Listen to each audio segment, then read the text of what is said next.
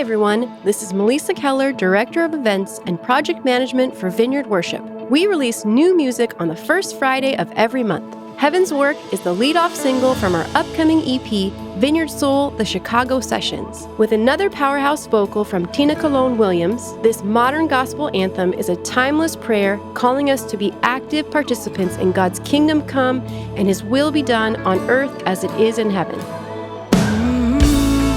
Release compassion and healing as we reach to the least, to join heaven's and build your kingdom. Bring revival and freedom. Bring the joy that we need them to join heaven's work and build your kingdom.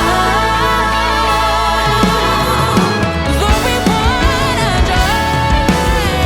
We wanna go where we see you. We wanna join what we see you. This is our heart's desire is to see your kingdom come. Let your kingdom come. Let your will be done. We wanna go where we see Jesus, I wanna join what you're doing. We wanna join what we see. This is our heart's desire. Our heart's desire is to see your kingdom come.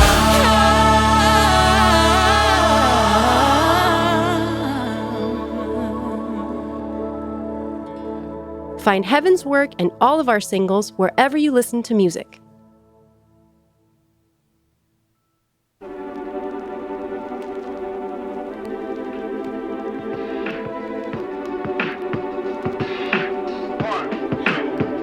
The Ferment.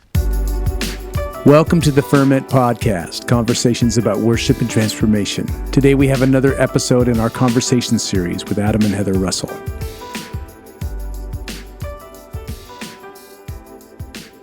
All right, what up, everybody? You are listening to the Ferment Podcast. Of course, I'm Adam. I'm your host, but I'm not here alone. That's right. I'm here. I'm Heather. That's right. We have got a co-host with me today, and honestly, I'm real happy about that. I'm happy to be here, guys. Yeah, this is the Q&A episode, the Ask Adam and Heather Anything episode. We've done one of these before. We have, but they're so fun. They are fun, and we solicited your questions in audio form. And so what we want to do is we want to include not only our voices on this podcast, but we're hoping to include some other people as well. This feels very NPR. Very NPR. Yeah, I mean, of course, this hasn't been edited yet, but when it is edited, there's our voices now, and then Casey's going to make the magic. It's going to feel very NPR. I like it. I feel very pro right now. Very pro. It's not so much that we're pros, it's that Casey's a pro. Amen. All right, hey, you ready to do the first question? Is it about like my skincare routine? It is not about your skincare routine. Okay, all Do you right. want to talk about that? No, not really. You brought it up. Just want to say. It said ask anything. I just wondered. We do not have any questions about skincare routines. But we do have some other questions. Okay, all right. Let's go for the first one. All right, here we go. This is our first question. We'll listen and then we'll say what comes to mind. Hey guys, this is Mitchell Maldonado over here in Boise, Idaho. I'm just wondering what you guys think the future of online church is going to look like as people are returning back to in-person stuff. What does it look like having both? Or how do we reach people through the online ways and ways that we couldn't do in person? I'm just curious what you guys think about that. All right, Heather, a question about online church from our friend Mitchell Maldonado there in Boise about online church. What do you think? I mean, we've been doing some online church. Right. And that's kind of new for us. And I was going to say, for us, this is a new thing. Yeah. Like a lot of you guys have already been doing this. Yeah, but this is new territory for us. Yeah, totally. I think it's awesome. Okay, talk to me about why you think it's awesome. I think it has been such a gift for our community, for people who can't make it to church or people who are far off who used to be part of our community. I think it's been a real service and a real exercise and hospitality. Yeah. I mean, but, to play devil's advocate for a moment here, Sure. like people who used to be a part of our community, shouldn't they just go to another church? They totally should. Yeah. Yeah. But, Yeah. I know some people who used to be with us Sure. who have moved and they have found another church, but this has been a great connection point. You know? No, I don't disagree. I'm just always wanting to play a little devil's advocate there. Yeah. So, in my opinion, I hope it continues. I think that, it's been a real gift, and I think that it's useful for a lot of people. I do too. I mean, part of Mitchell's question was even about the future, not so much like even now, but like, what do you think is going to keep happening? Mm-hmm. I mean, we're not going to become less digital, are we? No. Like human beings, that cat's kind of out of the bag. I thought we were going to unplug and move to the middle of nowhere I don't think that's going to happen. and collect rainwater. No? I don't think we're going to Okay. collect I'm not collecting rainwater. All right. Yeah. Fine. Wash your hair in rainwater. It's better for it. See, we're talking about hair care routines. Yes. No, I think it's here to stay. I mean, the question is, I think, maybe even the question inside of Mitchell's question, and maybe I'm reading into it. And if I am, I'm sorry, Mitchell. But I think part of the question is not so much, is it going to remain, but is it good? Yeah. What is it going to do to the physical location? Yeah, what does it do to the physical? What does it do to our ability to embody the faith? And I mean, I think you and I even had another podcast that wasn't about this exact question, but maybe it was sort of adjacent to this.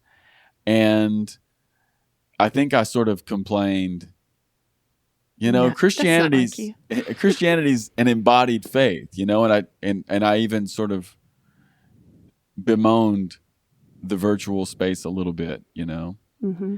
But I agree with you. It's not going to go away. And let me just say, we have a bunch of kids, and we had 3 of them really close together. Yeah. And when they were little, I felt like I never got to come to church. Someone had an ear infection. Someone was up all night. It felt like it was one thing after another. That's a great perspective, actually. I felt really disconnected. Okay. So if I could have had access to online church, then on the Sundays I could come, I would feel right back in the middle of things. Yeah, that's actually a great perspective, and I haven't thought about that in years.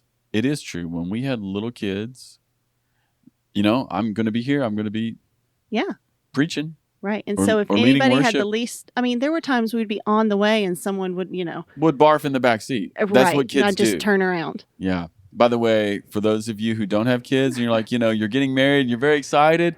What's going to happen to you in the future? You're going to have kids. They're going to be cute. They are going to puke in the back seat on your way to church. And they will behave their worst on Sunday mornings. Correct. I mean, kids behave their worst for their parents. Oh, absolutely. Let's just be honest here. Yeah.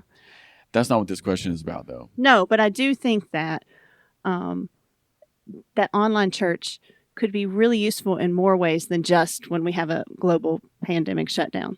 Correct. It could be really helpful for keeping people connected. I know that some of the churches that are maybe a click or two more production than we are, It doesn't take much. it doesn't take much, correct. But some of the churches that are a bit more production oriented than we are, I know they've already been doing this well. We don't do this. I mean, I think our online service is fine. I think it sounds good. Like Bobby's killing the sound The preacher is adorable. sometimes. But I know one of the things I've seen at some churches, and then I saw it again, in the last 4 or 5 months, Michael Gatlin and the Multiply Vineyard people, they did a really wonderful virtual conference. Mm-hmm. And they had like virtual hosts who sort of like greeted you at the beginning of the virtual meeting. And they were really talking to you at home. They were talking to you through the screen of your computer or TV, whatever you're watching on. And honestly, it felt good. Yeah. It did feel good. And so I know that there's ways to think about online stream church and online expressions of connecting to people. Yeah, like our Zoom groups that are like small groups that are on Zoom. Mm-hmm. At first, it felt odd. Yeah. Mostly because I guess when it's in your space in your home, I didn't necessarily set aside the separate time. Yeah. I just tried to incorporate it in our normal life. And it does need to be treated a little bit more like, you're leaving and going to a home group. But I felt like after the weirdness wore off, it was a great place to connect. It is. It is a great place to connect. I sort of, maybe one click to the right or to the left of this question, and even what you're talking about right now. In the last year, especially just because of COVID and the way that everything kind of went virtual and went to Zoom and whatnot, we did a bunch of songwriting moments inside of Vineyard Worship with our Vineyard Worship writers, either together or pairing Vineyard Worship writers with writers at Integrity this year. And you would think that it would be awkward. Right. They were great. Yeah. And without exception, everyone that I was a part of was really fun and actually wasn't awkward. No. There's actually some advantages even, and I would imagine that beyond there being advantages to writing songs through Zoom, there's probably even some advantages to virtual church as well. Right. Because I've been a big cheerleader for, after this big shutdown, like, in-person matters, connection matters, It people does. matter. But also, there is something to be said about sometimes that, little degree of separation can allow people the space they need to be able to connect. Yeah. The other thing I'm reminded of too is, if you're a new person in town and you're thinking about coming to the church. Yeah. Interviewing churches as a new person in town is tough. It's awkward. It could be very awkward. Every Sunday you go somewhere new. Yeah, and it just feels like you just feel like you're the thumb that sticks out. Yeah. And maybe being able to sample a few churches virtually, that could be a really great. Yeah. You used the word hospitality a moment ago. A real great space of hospitality for people who are wanting to step into the church building maybe for the first time and feel like they have some idea of what they should expect. So for as much as we value in person, we are able to kind of see all of these really there's great stuff. benefits. Yeah. So, Mitchell, great question, and not going away. And probably what needs to happen is all of us as pastors and as teams who make church happen on a weekend, we probably need to even think, as the summer turns into fall and things become more normal and people really are coming back to church in the building, we probably need to think about our online spaces and going, well, how can we make those more welcoming to the people we know are there, whether we can see them or not? We know they're there. Yeah. Yeah. I Great agree. question. Good job. Good job. Good job. Okay. Hey, 2 questions from Cameron. These are questions from the UK. Ooh. From the UK, my friends. It's gone global. I've been watching The Crown a lot, so Shout out. I can speak with an English accent. I don't know. Heather- Cut that. Heather's watched The Crown, I feel like we're connected. and now she's emotionally connected with everyone in England. Cameron, we're ready for your questions. Here we go. Here's number 1. Hey Adam, hey Heather. It's Cameron here from Leicester in the UK, and I'd love to know if you could have any 3 guests on the Ferment, who would they be and why? It could be dead or alive. If they're alive, then maybe someone who hasn't been on the pod before. But yeah, who's your dream team? Who's your dream team? Ooh, this is tough. Yeah, I mean, I have some ideas, but like if you had a dream team Well, my first round besides Michael Jordan. draft pick. Oh, yes, he would be one of them. We have to have Beth Moore. I agree. We got to have Beth Moore, don't we? I mean, I just need to meet her. We need to meet her. Beth, you're a free agent. I have so many questions. We have a lot of questions. I think she's hilarious. She's very funny. Yeah. So Yeah, I think we've even maybe mentioned her before. we have. But I'm coming back to it. I mean, I've done the Twitter. I've tweeted at her. I know, it's kind of funny. I've tweeted at people that I know who I think might know her. It's kind of awkward at this point, Adam. It is. I've pursued Beth. Yeah, so she would be one. Yeah, she's not listening though. No. No, but here's what I think is going to happen though. I do think that Beth Moore is going to come on the podcast. You think so? Yeah, and that's not any insider information. You might be thinking, "Ooh, Adam's kind of telling us something." No, I'm not really leaking anything. I'm just November of 21. no, it's not even that. It's just I feel like I don't know. I feel like it'll happen. Well, the world is smaller than we The give it world credit. is smaller, and I do have to go to the Houston airport pretty frequently. We will see each other. Nice. Okay, well, who would you pick next? You get pick number 2. I get pick number 2. I'm going Robert Capon. Ooh. He's dead. Cameron said it could be dead or alive. Okay. So I'm going Robert Capon. Well, here's a question. What? Do we get to pick at which point in their life they come back? Like old Robert Capon? I'll take any Robert Capon. And for Okay. those who don't know, like Robert Capon, he is an interesting guy. He is from the Episcopal tradition, which, man, that's not the way I grew up at all. Mm-mm. But really delightful writer / I know theologian. nothing about him as a person. I Yeah. just know his incredible books. His books are great, and he's such a good writer. And Well, his weird books. not all of them are weird. Well, Some of them are weird. I've only read the weird ones, but weird because they're like a cookbook and a theology book together. That's weird. Yeah, so he has this one book called The Supper of the Lamb, Mhm. which is essentially a book that tells you, it's a cookbook. It's like, here's how you make lamb for 4, like for a dinner party, right? But in the middle of him telling you how to prepare lamb for 4, he's giving you a dose of theology, Mm-hmm. but in the most delightful way. And the thing about Robert Capon is he's such a good writer, and he was a food writer as well for a long time. So he writes theology, and then he had a regular food column. Very strange. But he is such a good writer that to read anything that he's written, it's just delightful. So you'll find yourself, laughing out loud with no one else in the room on one page, and then on the next, he might have you in tears. Right. So I think Robert Capon is a hero, and no one's helped my Christology or my conviction that Jesus is the Jesus that we had hoped he was, Yeah. more than Robert Capon. And as you're gaining all this really helpful insight, sometimes you don't even realize it. Like when he's writing about cooking, he's not writing about cooking, even No. though he is. No, of course not. Yeah. No. Can I read you one little passage? Oh, I wish you would. Okay, so this is out of The Supper of the Lamb, and this is a piece right up front where he's basically talking about getting ready and that he's not a professional cook, but he's an amateur. And he's got a paragraph here where he talks about why he likes to drink. Mm. And I mean, it just gets right down to the guts of the delightfulness of Robert Capon. He says this. He says, "I like drink without any exceptions of time, place, or circumstance.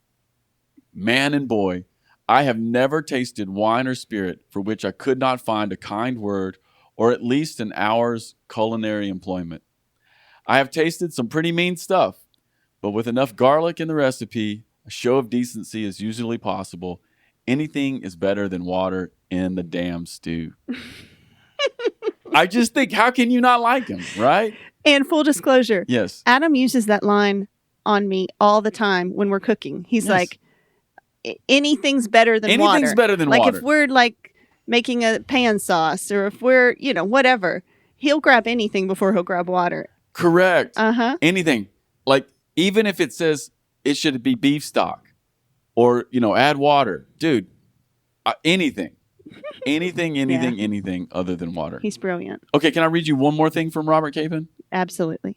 Are we belaboring the point? No. People need to read him. They do. Okay, so this is maybe one little section from his big book on parables. He wrote several books on parables, but there's a big compendium. It's called Kingdom, Grace, and Judgment. If you haven't read this, Compendium. yes, Okay. there's a word for you. So there's one book that has all the books together, and it's just about the parables of Jesus. And sort of at the beginning of one of the first books, he has this chapter on the right-handed and left-handed power of Jesus, which I won't even go into that. But there's just a great little moment here where he writes this. He says, the last 4 paragraphs, well, they've all been about theology. An enterprise that, despite the oftentimes homicidal urgency Christians attach to it, has yet to save anyone. So good. Yeah. He says this, what saves us is Jesus. And the way that we lay hold of that salvation is by faith. And faith is something that throughout this book, I shall resolutely refuse to let mean anything other than trusting Jesus. Yeah. I love that. And honestly, that little paragraph sums up so much of what's in this book. Like the thing that Robert Capon keeps coming back to is it's not your correct belief that saves you. It's not theology that saves you. It's not your pet doctrine that saves you. It's not any of those things. It's only Jesus that saves you. And he's going to save you wrong. Like he's going to save you with your bad theology, with your jacked up thoughts. He's going to save you with all the things that you think you have right, but in the end are wrong. He's going to save you. Like you should trust his ability to save you more than your ability to know the right ways in which he's going to do it. Man. That's the message of Robert Capon. And that is why he would be an excellent guest. And he can cook. Maybe he'd bring snacks. Yeah. So there's two. We want Beth. And we want Robert Capon. Anybody else you want to add? Well, I think Yeah.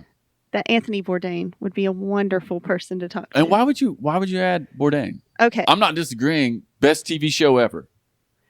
Yeah, I used to be slightly obsessed. Yeah. But I just love how he has been everywhere, seen everyone, Yeah. and he could sit at the most, Michelin star crazy restaurant and enjoy it. And then he could be on the floor in a hut in the middle of nowhere and have the same reaction to the people and the food. Actually, He tapped into something. Usually. Oh, he preferred the, Yeah. give me the hut in the middle of nowhere. Yeah, he usually would be more moved by a home-cooked meal by a grandpa and a mom. Right. Than the Michelin star. But he showed it all. He showed it all. I loved it. Yeah. There was something very human about him. Like he wore his weaknesses on his sleeve. Mm-hmm.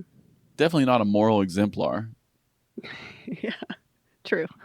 But you got to love Bourdain. No, but I do think he had his finger on the pulse of something really important in humanity.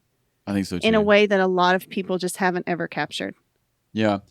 And here's what's sad now. There's all these people out there like trying to take the Anthony Bourdain space in TV. Oh, stop it. They need to stop it. Oh, stop it. It's a little embarrassing. You're embarrassing yourselves. Mm-hmm. I'm not going to name names, but there's a few really good chefs who are very talented, who have gone down in my book a few notches. Yeah. Because I feel like they're just trying to be the next Anthony Bourdain. And I can remember two cool Bourdain moments. Okay. There's a bunch. But the moment where he's like chilling with Obama. In Vietnam, right? I think it's in Vietnam. Yeah. It's amazing. Classic. It's such a classic moment. Mm-hmm. And then another really brilliant Bourdain moment, and it's late too. It was an episode that he did in West Virginia. You know what's so freaky? Yeah. When you just said, I have two great moments, I literally thought of Obama in West Virginia. That's really weird. We hadn't even talked about that. That is really weird. Marriage connection. Ooh. Ooh. Yeah. The West Virginia episode was awesome because TV, number one, TV never shows Appalachia in any way other than, I don't know, it always feels exploitive. Oh, yeah. 100%. And it's somebody who's like from the Moonshiners or something. Yeah, the Moonshiners and the crazy people down by the creek with the dogs, house trailers, And I can say, like West Virginia and Kentucky, it's the same. Yeah. Well, I'm from West Virginia. Yeah, like the mountains of Kentucky and the mountains of West Virginia, it's the same. It's the same people. And especially Big Time TV. I mean, when he made that episode in particular, I think he was on CNN by that time. Like Big Time Hollywood, Big Time TV, they always sort of caricaturize Appalachia, and he did not do that. No, he ate squirrel. He ate squirrel. He didn't shy away from the cultural, oddities that exist there. Yeah. But it didn't feel like he was exploiting or pitying. It never feels like he's feeling bad for people. And no. he just can see the the joy that people have in their space. I don't know. I don't know. As a Kentuckian, I just thought the West Virginia episode was stellar, Mm-hmm. and there was some grace to it. Yeah. Okay, can I add one more person to it? Yeah. Add one more. I know. Sorry. Cameron. Sorry, you said 3. We're inviting 4. Somebody gets a +1. Yeah, I mean, since this is a mythological dinner date, dead or alive, and We're changing the rules. We're changing the rules, Cam. I want to invite one more person. I want to invite John Steinbeck, Okay. greatest American writer of all time. Oh, Lord. I think. Ted Kim will probably disagree with me, and that's fine because Ted's read a lot more books than me. He has. Shout He's out read to more Ted. books than anybody I know. Shout out to Ted. Yeah. If you know Ted Kim, if you listen to this podcast, you should know Ted Kim, vineyard pastor, Evanston, Illinois. Ted Kim, very well read. Yeah. I will defer ultimately to Ted's opinion, but in my humble opinion, John Steinbeck, he needs to come to dinner. I have a stack of books. I guess Cameron's question wasn't dinner, was it? It's podcast. Podcasts. Yeah, I'd want Steinbeck on the podcast. Yeah, you could ask him something. I have a stack of books that I've ordered that Ted has put on his Instagram. It's like 6 books tall now, and I haven't read a one of them. Good job. Thanks. Well, at least you have them. I order them. I'm like, well, Ted says it's good. Yeah. Well, okay, so it was last year. Last year, I didn't read any theology. Congratulations. I only read fiction. Okay. And I got reacquainted with Steinbeck. And the thing I realized was, not only with Steinbeck, but with many of the novels that I read when I was in high school, I was not ready for them. Mm-hmm. Like it was pearls before pigs, as Jesus would say. Mm-hmm. And at a certain point last year, I read for the first time, I read Cannery Row. It's one of Steinbeck's short novels. And I've never read it. It's so good. It's just so good. And anyway, can I read one more piece? Man. And Casey, if you have to cut it, okay? Like whatever. But can I read like a paragraph? You're being my dad right now. I know, but it's so fun. Okay, so Cannery Row, it's like a snapshot of Monterey, California, and it's like maybe the 30s or 40s in America, and life is less refined. Mm-hmm. And like some of the main characters in this book are Mac and the boys, and they're just kind of like this gang of street thugs, not even thugs. They're just like street people, and it's people who've sort of like chosen to live this wild life, right? And Steinbeck, he describes them in the novel. He says this. He says, Mac and the boys, they're always spinning in their orbits. They are the virtues, the graces, and the beauties of the hurried, mangled craziness of Monterey and the cosmic Monterey, where men in fear and hunger destroy their stomachs in the fight to secure certain food, where men hungering for love destroy everything lovable about them. Mac and the boys are the beauties, the virtues, and the graces.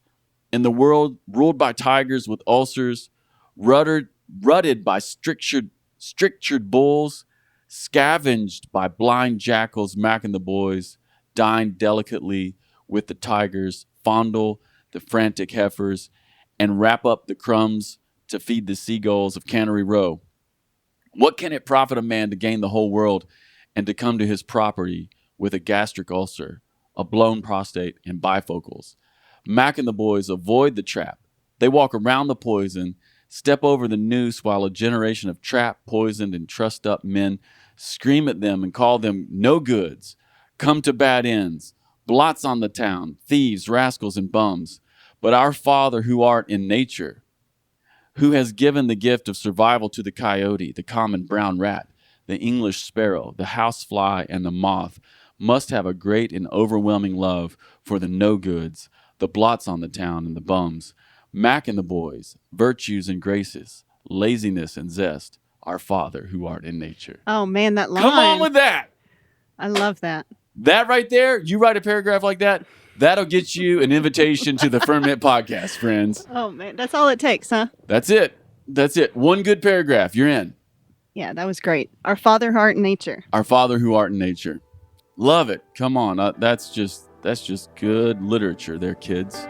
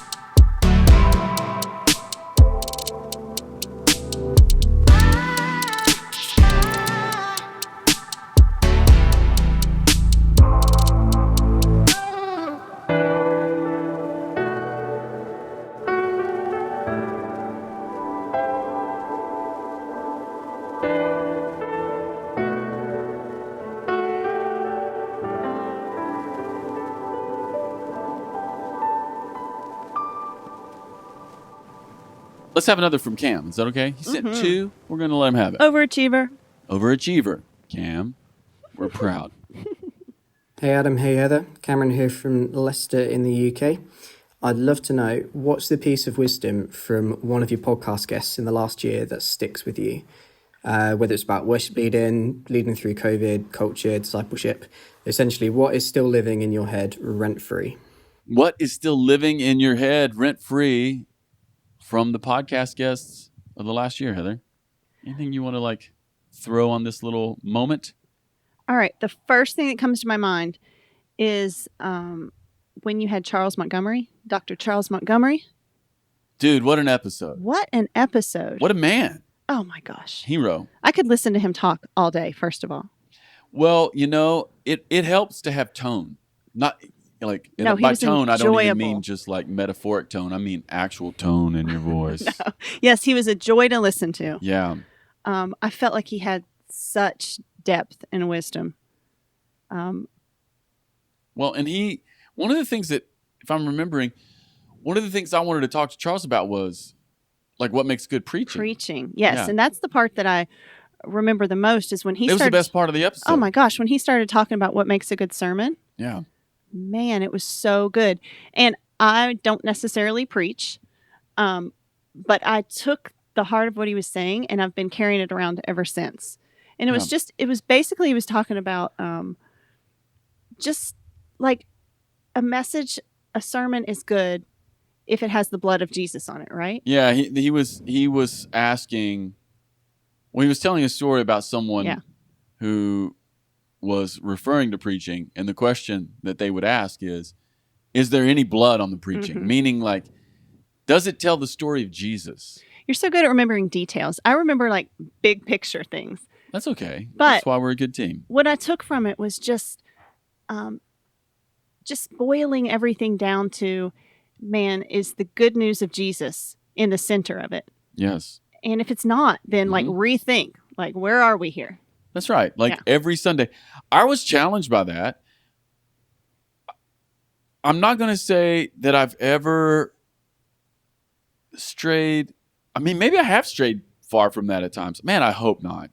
That would be sad. But I will say that after that interview with Dr. Charles, when I'm prepping messages, it's actually stuck with me. Yeah. I when I finish, so my spiritual mentor, Ray Hollenbach, one of the things he always would press me on with my sermons is, at the end, is there any good news? Yeah. Is this good news for anyone? And he would tell me, can you sum it up in one line? Yes. Yeah. Great words from Ray Hollenbach. But I think part of the slant that I got from Dr. Charles, and it stayed with me, is not only is there good news, like a word of hope, but is the story of Jesus in there. Right. Yeah. And so just even as a pastor, Yeah. As people come and talk to me about stuff they're dealing with or about, oh my gosh, what do I do here? Yeah. What do I do there? His words have really infected my thinking. Yeah. And I'm just constantly reminded, even in advice you give, the conversations that I have with people about their journey, is the good news of Jesus in there? Shout out to Charles. Well, I can't disagree with that. And I'll maybe add one more. Okay. Things that have stuck in my head would be the episode that I did with my friend Paul Anleitner. I will never say his last name correctly. I try. I say it different every time I say it. I'm sorry, Paul. Well, I don't know what to say about sorry. that. That's the reason that I'm the host and I can get that piece of information right. No, I thought the episode with Paul was strong, and really what Paul and I talked about was we talked about the emergence of right-wing white nationalism in America and essentially American civil religion, this overlapping of flag and Bible that happens in churches, where it almost becomes the assumption is, if it's good for America, it must be God, and right. Whatever America thinks is what God thinks, some of that kind of stuff. And I just thought that Paul's take was so good. and his thinking was so clear. Oh, absolutely. And I love that a lot of times, especially in that topic, when it's discussed, it can have a lot of like venom Yeah. or heat Yeah. or emotion attached. And like you said, I feel like Paul approaches that really tricky Yeah. thing that's happening right now with such clarity Yeah. and with such like grace and Yeah, Paul's not trying to dunk on you. no, he's not. He Yeah. says, I mean, he puts it out there Sure. and in such a good way. I don't know how He does. yeah. And just to maybe take it back to that episode for a moment, and the thing that has stuck with me is that Paul was talking about how it's ultimately our practices that have the power to hijack our values. So we can say with our mouths, or we can, in our heads and heart, we can be like, well, what I value is Jesus. Right. Like I value Jesus, I value the kingdom of God. And by that I mean I value the fact that God saves sinners, and I value that God helps the weak and the needy. And, we have all these values, right? I value church. I value helping single mothers. I value whatever it is that we connect to it. God loves everyone. Yeah. But if we don't have practices that are in line with our values, then all of a sudden, no matter what our values are, and no matter how, I'm using air quotes here, rooted in Jesus our values are, our practices can hijack the values. So, for instance, and Paul had a really good insight here, if you come to church, and let's say you're like real committed, and you come to church basically every Sunday, so 4 out of 4, even though most Americans are coming 2 out of 4 Sundays a month, and you listen to your pastor, let's say your pastor's really good, and he preaches consistently really good sermons from the Bible that are rooted in your values. Yeah. But your 30-minute sermon 4 times a month, right? We got 2 hours. But if your practices are, in addition to that, you listen to 10 hours of Talk radio. or or 10 hours of hardcore news from CNN or Fox News, it doesn't matter what your values are. They're going to get hijacked by your practices. And so all of a sudden, this weird syncretism of like nationalism and maybe talk radio and Jesus comes in, and all of a sudden you might be saying Jesus words, but the thing that's happening is in sometimes it's like the exact opposite. Yeah. Right? Yeah. So I just thought Paul's clarity there, I'm thankful for it, and I'm still thinking about it. Yeah. And Yeah. he's so smart. So smart. So I'd also like to say shout out to Paul. Shout out to Deep Talks podcast. I was going to say everybody should also go listen to his podcast. Yeah, I mean, it is definitely on the academic side, but such a good one. A lot of words I don't know. A lot of words, but you know what? We need people who are doing the work that Paul's doing. So we just want to say, shout out to that. Well, I love that Paul lives in that often rare space of very academic, and also very in tune with things of the Spirit. No, it's one of the great things. Like Paul is someone from the charismatic and Pentecostal tradition, and but is also demonstrating that you can love God with your heart and your mind, which is what Jesus said to do. Sure. Yeah. I So love it. shout out to Paul. Good job. All right. Hey, next question from the Canadians. Ooh. We've gone global again. Hey, Ferment podcast friends. Chris McQueen here from the Guelph Vineyard in Ontario, Canada. So it seems like many of you, particularly in the U.S., you're starting to walk out like a sort of post-COVID experience. Here in Canada, things are still pretty hairy, but there's light at the end of the tunnel. So for those of you who have begun to gather again, I want to ask, what's changed from the way things were before? What's positively different that you're experiencing, that you're appreciating, and also what's different that you're concerned about? I know your podcast is about change and transformation, so I guess what I'm asking is this. What seems to have fermented well over the past year, and what seems to have gone to vinegar? Thanks. What a great question, Chris. Great question. And you can always count on Chris. Eloquent. Eloquent. Mhm. Poetic. Thanks. Hey, before we even answer the question, since we're giving shout outs, we got to give a shout out to Chris. Mm-hmm. Chris and his wife, they have their own band Mm-hmm. called the McQueens. They're making music, pop music even. They've been doing they did a record, and I think they have even a new single out that they've done with our friends up at the Anchor in Portland, Maine. So, hey, before we even get into anything that Chris is saying, you should check out his music. Absolutely. Yeah, and the last single they released, I think it's Awesome. awesome. I think it's my favorite thing they've done yet. So That's awesome. I love that we have not only like a worship community, but like creative community No, that's great. around the world. People are doing things in the vineyard. Killer question. Yeah. I think part of what Chris said at the beginning was what stayed the same, what's different, Mhm. and then what's like good and what's maybe gone to vinegar. Yeah, and I love that at the beginning he did point out, and we noticed this from last time we recorded together. Yep. Last time we talked, we were talking about, okay, things are starting to trend in the direction of getting back to normal. Yeah. And that is true for us. Yeah. But it isn't necessarily true around the world. No. So we had a lot of people, comment like, yeah, that's awesome. I'm glad. But it's not like that here.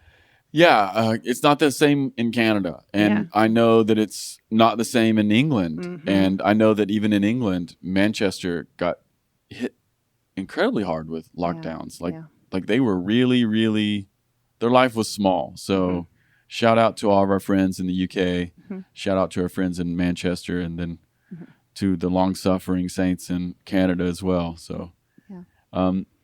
the But- good news is it is going to change, though. We're getting there. We're getting there. So we're heading there. Things are starting to, around these parts, if you've been vaccinated, you don't have to wear a mask anymore. No, CDC says you can do what you want. I still feel a little weird. I've gotten so used to it. Yeah, it's a reflex. Like Uh-huh. you get out of your car, you grab your mask, right? Uh-huh, uh-huh.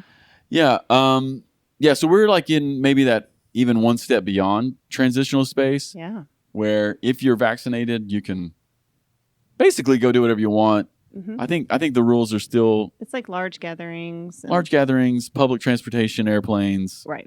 that kind of thing. Honestly, maybe I'll wear a mask forever on an airplane. I mean, can you what's floating around in there? We don't know. I have an idea. I actually do think I know.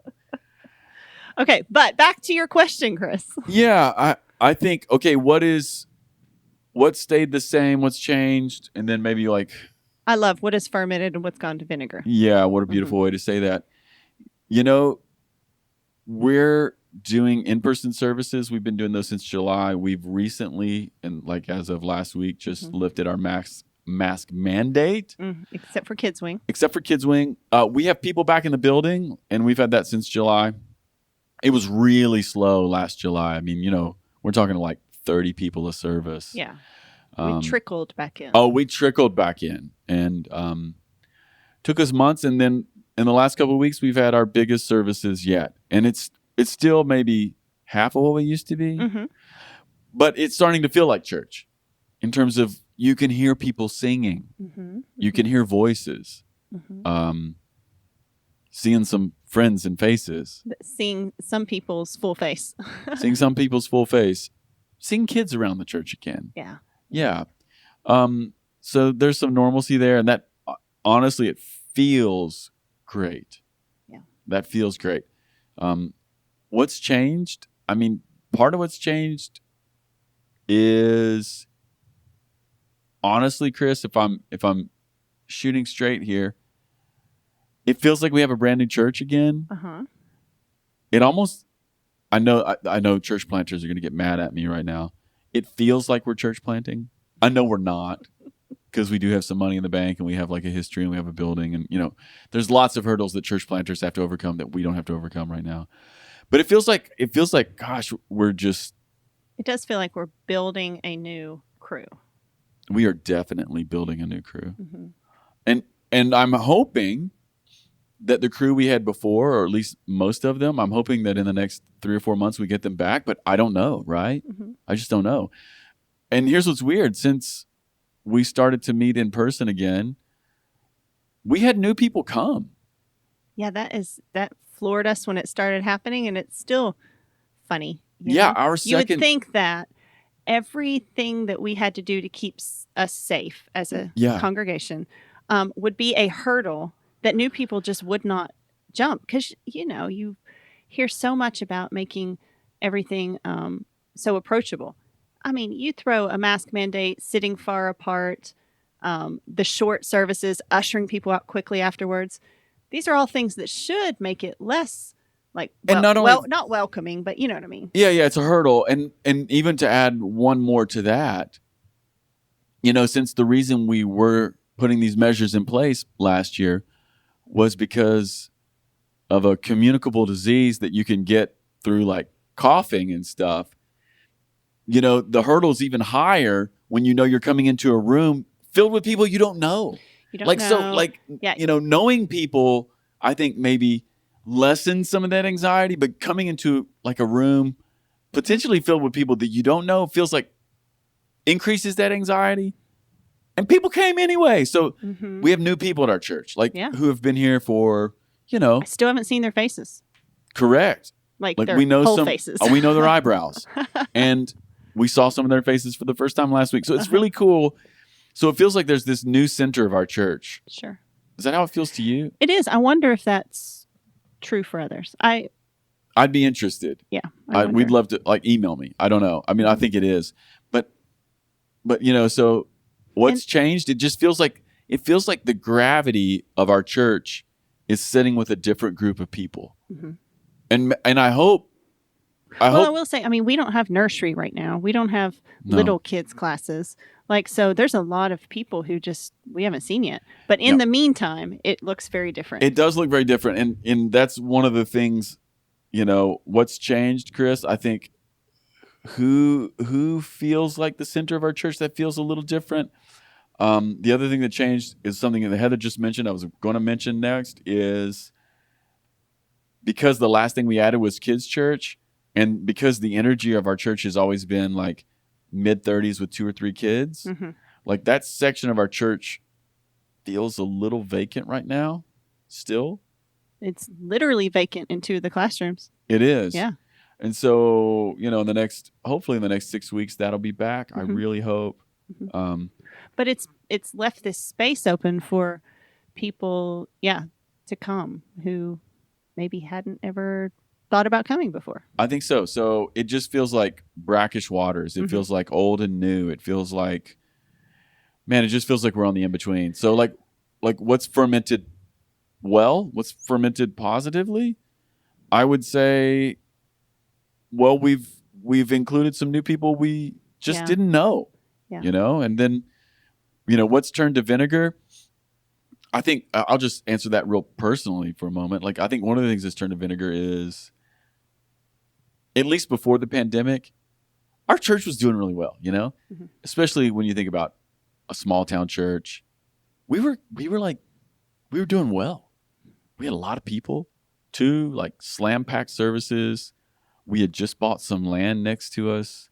We were about to expand our building. Thank goodness we didn't start that yet. We were going to add on for the kids wing because literally there were so many children in our church before the pandemic that it was not just a blessing, it was becoming a problem. Right. Like things were wrecking because there were kids everywhere, which is a beautiful thing, right?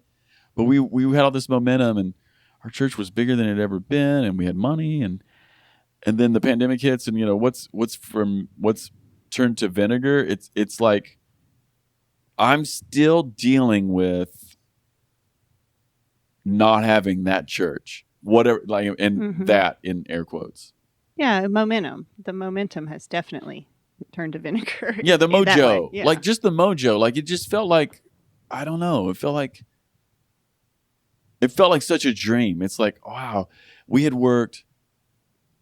I mean, I led worship here for 9 years, and then I've been lead pastor for 13 now. And I'd worked 12 years as lead pastor up to that point to get the church that I had. And it was like my dream, right? Yeah. And then that kind of got rocked. So I'm still dealing with that, whatever that is. I don't think it means vinegar necessarily. I just mean like the dream of what I thought church should be. You know, I feel the loss of that. But something that has fermented well has been our staff. Bro, so good. Yeah. Yeah.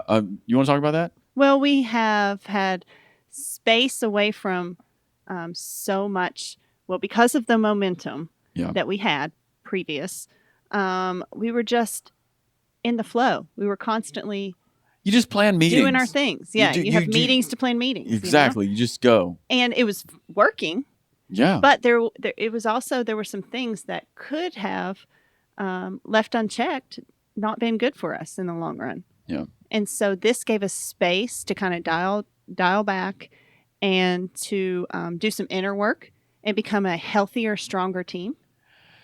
Yeah. I mean, we've basically spent the last year working on our staff, Yeah. working with our staff. Yeah, Together, and and- learning how to actually talk to each other and share and work together and be honest. Yeah. And one of the real beautiful things is to see the staff become more self-aware and be able to own their stuff Mm-hmm.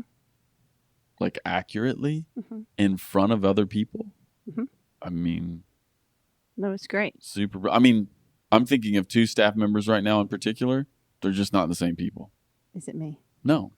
I mean, I No, mean, it is me though. I mean, in a real I'm good just way. kidding. I mean, in a real good way. No, I know. Like 2 of our staff members are like, you can feel the difference in them. Yeah, it's kind of like when you don't realize you need a vacation Mhm. and then you go on vacation. And then when you get back to your regular life, you realize all the things that had been draining you in a bad way. Yeah. Not Well- that pandemic is vacation, but No, You know but what I there mean. are opportunities in there, and Yeah. when you take the weekly grind pressure yeah. of producing lots of meetings off of a staff, hmm then we got to do a little internal work, and I think it's already paying dividends. And honestly, like taking the weekly grind and the already established patterns away left a space for creativity. And I just think that when people are given an opportunity to think outside the box and be creative and try new things, I think it awakens things in people. I do And too. it really is good for the whole team. I do too. So now the question is, how do we keep doing that and stay aware of that as we just enter a new grind, you know? Yeah. Yeah. No, beautiful. Beautiful. All right. Hey, new question. You ready? I'm ready. In the vineyard, we live in the tension between making music organic and also we try to make it accessible and also we try to make it like well produced music, right? So, how do we balance all those 3 things?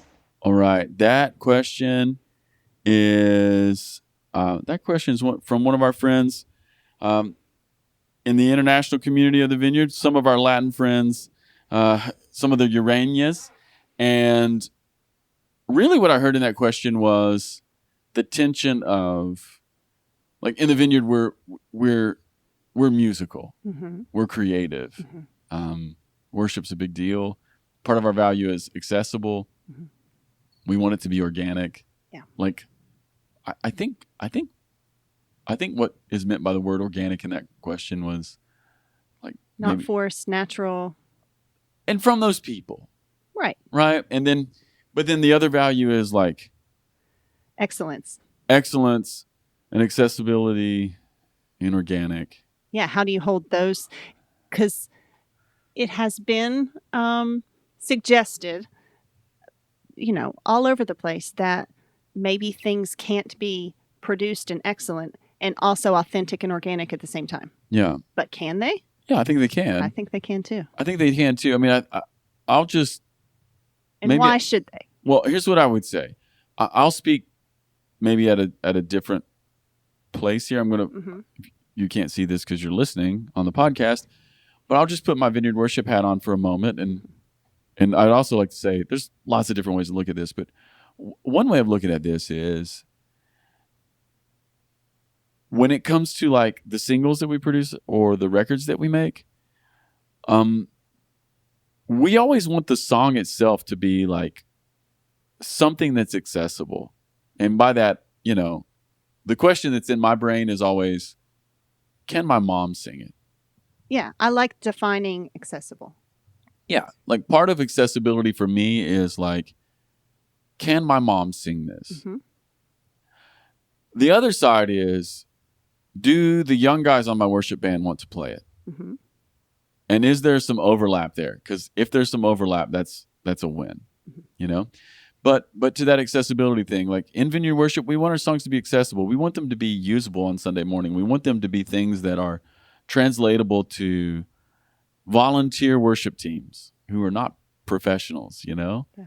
who, you know, maybe they do a rehearsal on Thursday night and they come early on Sunday morning, and we want it to be something that they can take with them.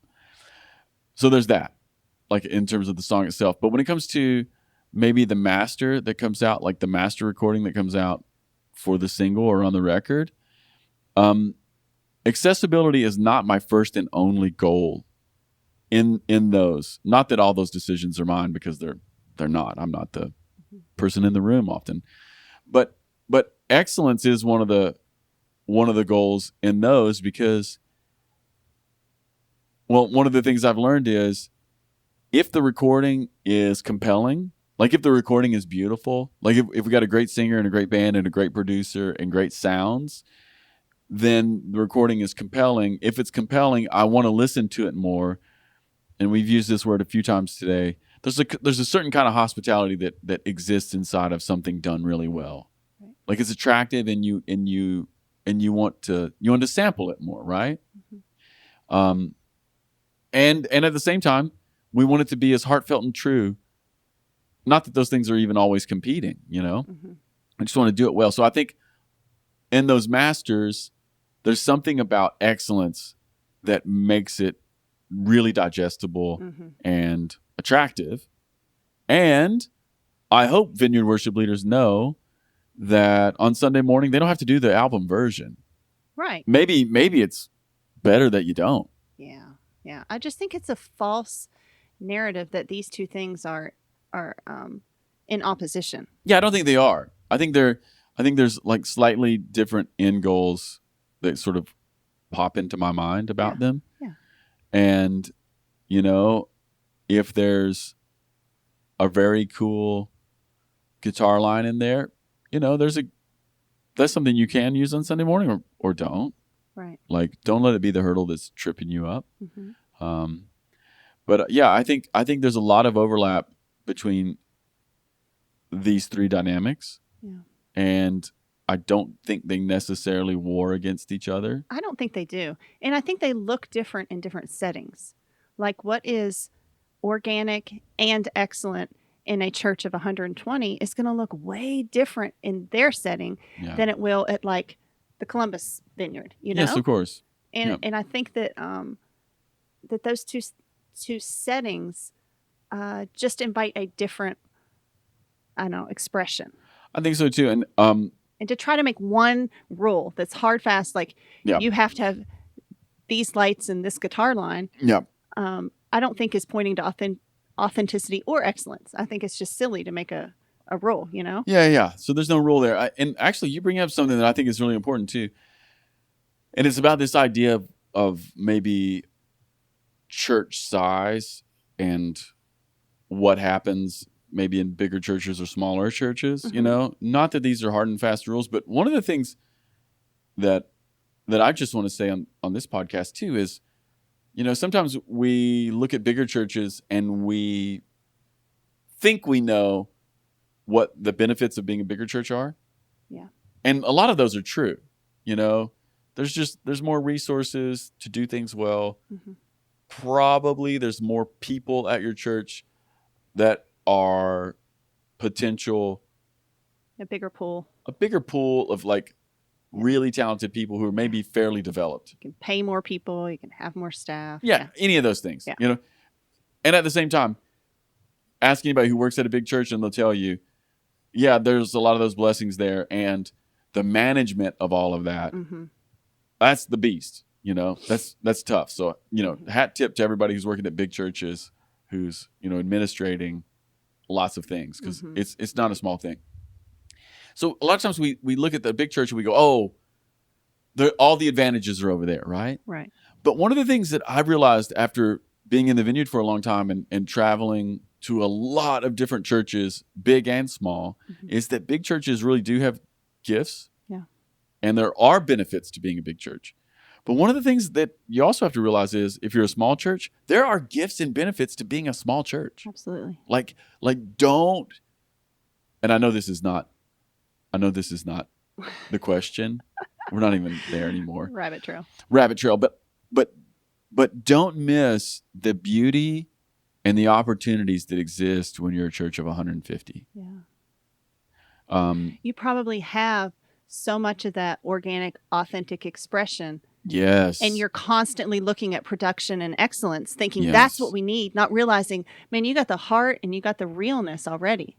It's there. And not only that, but like even just in terms of vibe, there is such a gift when you have a church of 150. You know, if you have 150 people in a room and, you know, there might be some kids running around who are yelling between songs and throwing sippy cups and but you know, you got all these people in this room, and usually if you're a church of 150, the room's not super huge. Right. You know? So maybe even energetically it feels really cool because you have 150 people, but the room's not that big. I mean, one of the gifts of having a smaller church is like just the singing, the sound. The most incredible singing in terms from the congregation that I've ever experienced has almost always been in those churches of like 150 to 200 because the rooms are not super huge and they're not getting killed by a giant sound system. Well, I remember when we were a church of 100 or under, when we were small, I knew what everyone in church, I knew what their voice sounded like. Yeah. I was like, oh, this person loves that song. I can hear them on the back row. Yeah. Or this person sings harmony there. Like, you know, the voices. I don't know. No, there's a lot there. So that's hashtag authentic. Yeah. So I think these things go together. I do think they do. And I think your intuition about church size or where you are in the development of your church, I think it does matter, right? Like excellence at 150 is not the same as excellence at 6,000. Right. They're different platforms and they need something a little different. There's a lot of self-awareness that needs to happen there. And excellence for Sunday morning is not the same thing as making a record or a single that's going to last forever and is put out for worldwide distribution, right? These are just all very nuanced ideas. They're very nuanced ideas. And they've just But I love the question. I love the question. We need to flesh it out. We need to. Yeah, and that's why it's a great question because there isn't one answer. Nope. It's a discussion. Awesome. Okay. Second question. This is from Mike. During the past 3 weeks, I've been going over some of John Wimber's letters, and he explains the church as a body, right? And in one leg, we have worship, and in the other one, we have compassion. How would you say those two go together? In what way worship is just as the compassion ministry? And is there a way? Is there a relation between both of them? Yeah, great question, Mike. I like this question a lot.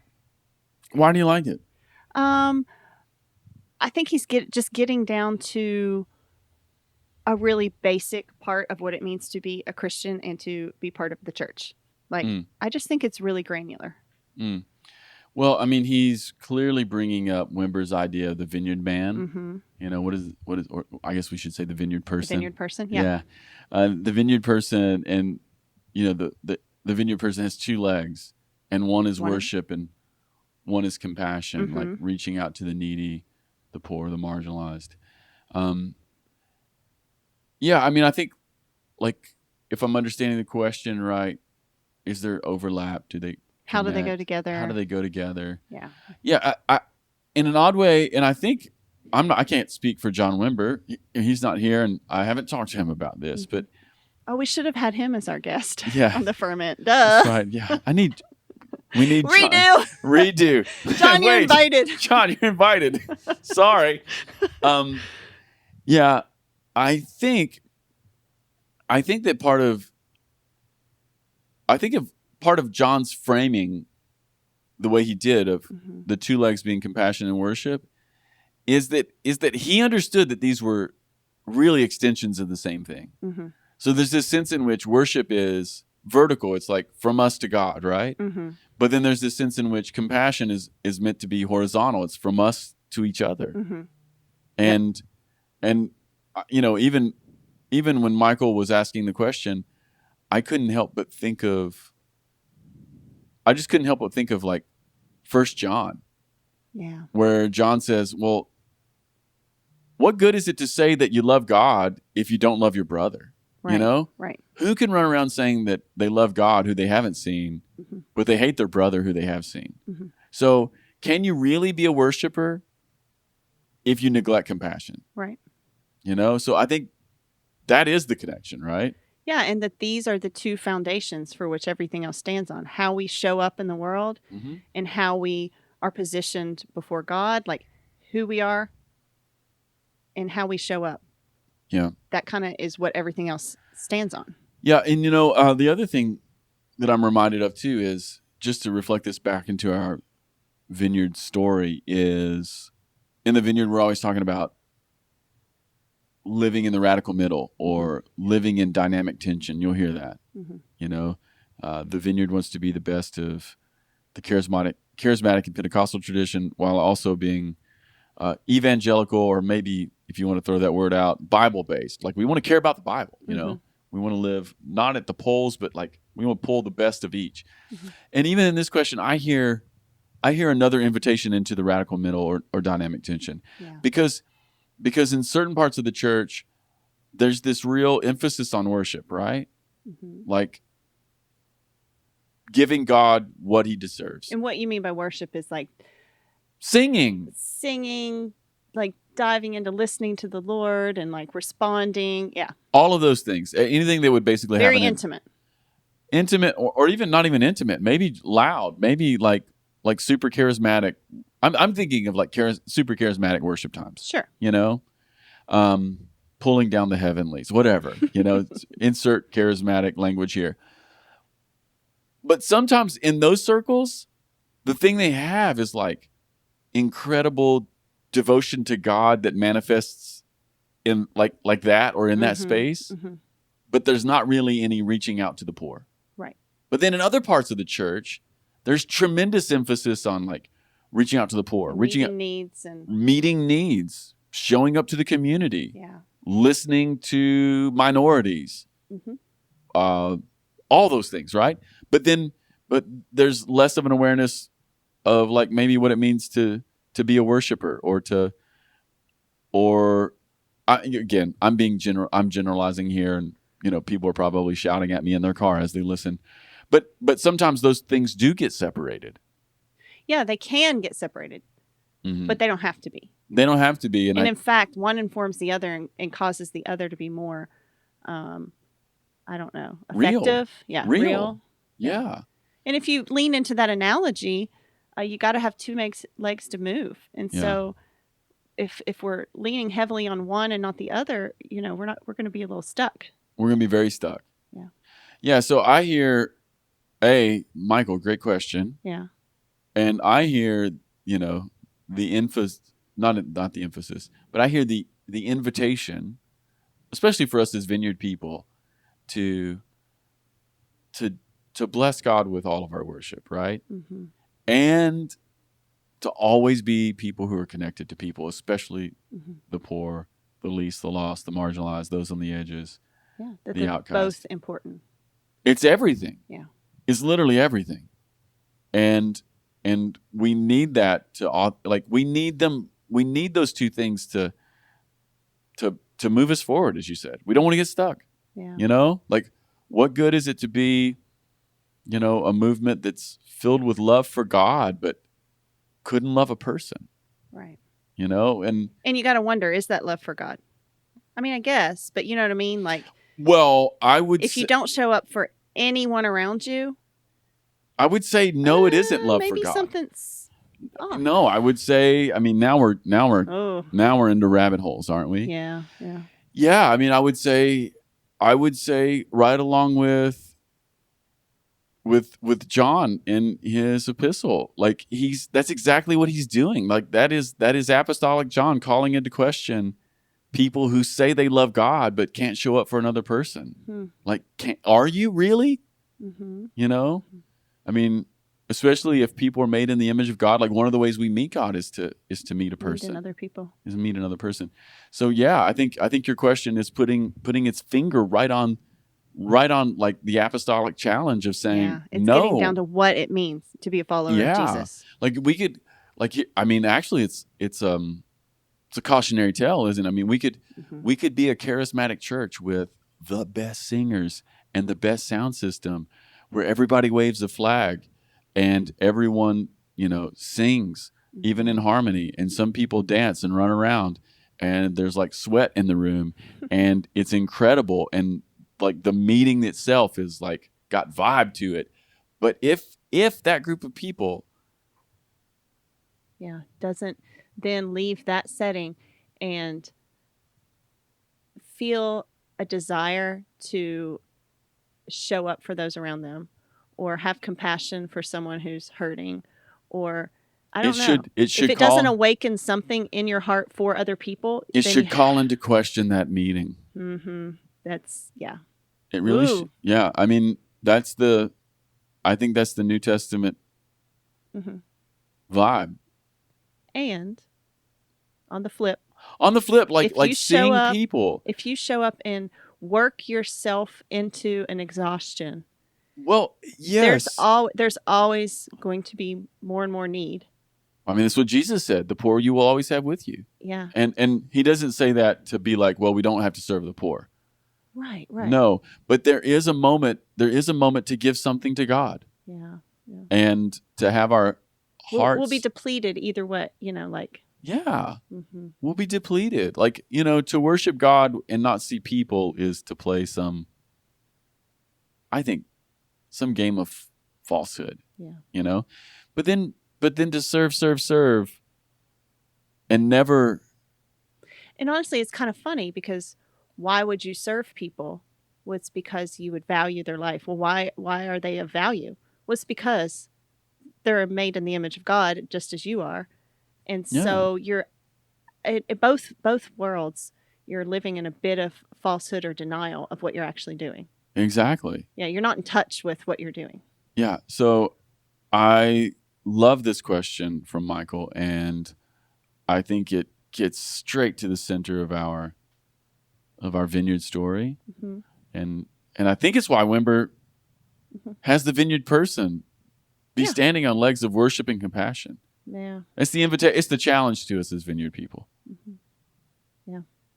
It's a really good one. That's a good one. Shout out. Hey, listen, before we turn this off, we've been going for a minute. I hope everybody noticed. Global questions. Isn't that cool? I love that. I know. It's one of the coolest things about the coolest. The vineyard. Yeah. And this little podcast and the connectivity that we have right now. It's great. A global family. Yeah. Yeah. Anyway, so cool. Thanks for everybody who gave a question. Thanks for everybody who's listening. And I also want to say, this is the last podcast for a minute. We're going to take a little break. We'll be back in July. So catch up on a past episode that you didn't listen to, and we'll be back. All right, everybody. Peace.